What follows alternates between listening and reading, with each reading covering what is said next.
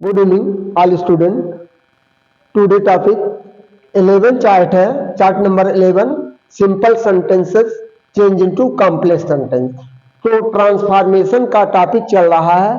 तो कल हमने आपका सिंपल सेंटेंस को इनटू कॉम्प्लेक्स सेंटेंस में बनाने के पहला नाउन क्लास का प्रयोग हमने कराया था। तो उसमें बताया था, उसके एग्जाम्पल देते हुए हमने बताया था कि उसका प्रयोग कैसे हम इसको कॉम्प्लेक्स सेंटेंस में बदलते हैं। हमने कल भी बताया था कॉम्प्लेक्स सेंटेंस में एक प्रिंसिपल क्लॉज होता है, दूसरा सबऑर्डिनेट क्लॉज होता है। तो प्रिंसिपल क्लॉज तो अपना पूर्ण अर्थ प्रदान करने में सक्षम होता है, लेकिन सबऑर्डिनेट क्लॉज यह पूर्णतः अपना अर्थ प्रदान करने के लिए प्रिंसिपल क्लॉज पर आधारित होता है। इसमें कंजक्शन का प्रयोग करते हैं, तो उसमें नाउन क्लॉज का प्रयोग करके किया था। तो आज यहाँ एडजेक्टिव क्लॉज का प्रयोग करके आपको बतलाने जा रहे हैं। तो पहला हमारा एग्जांपल है, देखिए, बाय यूजिंग एडजेक्टिव क्लॉज। तो पहला सिंपल सेंटेंस है, we should not hate the weak. हमें गरीबों से घृणा नहीं करना चाहिए। तो कॉम्प्लेक्स में है, we should not hate those who are weak, यानी कि हमें उनसे नहीं घृणा नहीं के जो गरीब है। तो दूसरा इस तरह दे रहे example, he is a man of noble deeds. वह कार्यों में एक बहुत महान आदमी है। तो कॉम्प्लेक्स है, he is a man who does noble deeds, that is solve. और तीसरा एग्जांपल हम दे रहे हैं, good student obey their teacher. अच्छे विद्यार्थी अपने अध्यापकों का आज्ञा मानते हैं। तो इस तरह इसका कॉम्प्लेक्स सेंटेंस हमने बनाया, the students who are good obey their teacher, that is solve. तो सिंपल सेंटेंस हमारा है। चौथा example, he died in his native country. वह अपने मातृभूमि में, जहां उसने जिस देश में जन्म लिया था, वही उसकी मृत्यु हो गई थी। तो ही इसका है। तो complex sentence, he died in the country where he was born, that is solve. तो सिंपल सेंटेंस फिर पांचवा एग्जांपल है, no one can tell the time of his arrival. कोई नहीं जानता उसके आने का समय। तो कॉम्प्लेक्स सेंटेंस का, no one can tell when he will arrive, he will arrive. अब देखिए, यह एडजेक्टिव क्लॉज है, हेट वी, और नोबल डीड्स, और नोबल डीड्स ओबे, गुड ओबे। फिर यहां देखिए नेटिव कंट्री, ये सब हमारे एडजेक्टिव क्लॉज है। तो इस तरह से हमारा यह यानी एडजेक्टिव क्लॉज का प्रयोग तो समाप्त हो गया है।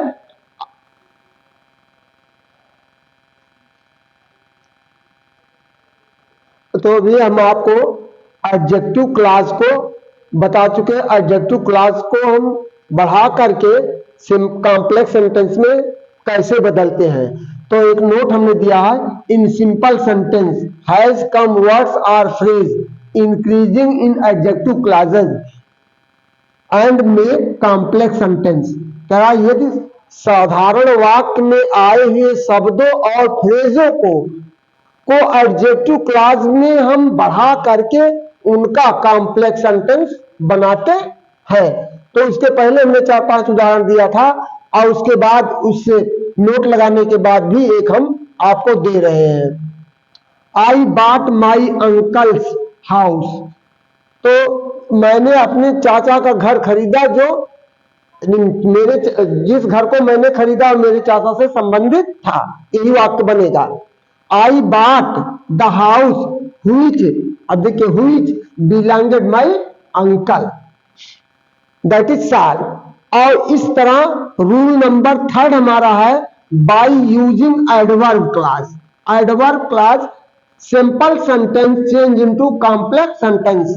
अब हम एडवर्ब क्लॉज को हम बढ़ा करके सिंपल सेंटेंस में आए हुए शब्दों या एडवर्ब क्लॉज के फ्रेज को हम बढ़ा करके उसको सिंपल से कॉम्प्लेक्स सेंटेंस में बनाते हैं। तो in simple sentence has come words or phrase increasing adverb clause and make complex sentence. तो इस तरह हम एग्जाम्पल आपको दे रहे हैं। Simple sentence, they have their breakfast at sunrise. तो इसका होगा कॉम्प्लेक्स में, they have their breakfast when the sun rises. वे अपना नाश्ता तब करते हैं जब सूरज निकलता है। तो दूसरा है simple sentence, being rich you can buy a car. यानी जैसे तुम धनवान हुए तुमने तुम कार खरीद सकते हो। एज यू आर, कॉम्प्लेक्स में as you are rich you can buy a car, that is solve. तीसरा एग्जांपल हम दे रहे हैं, simple sentence, she is too tired to run. वह इतनी कमजोर है कि वह दौड़ नहीं सकती है। कॉम्प्लेक्स है, she is so tired that she can not run, that is solve.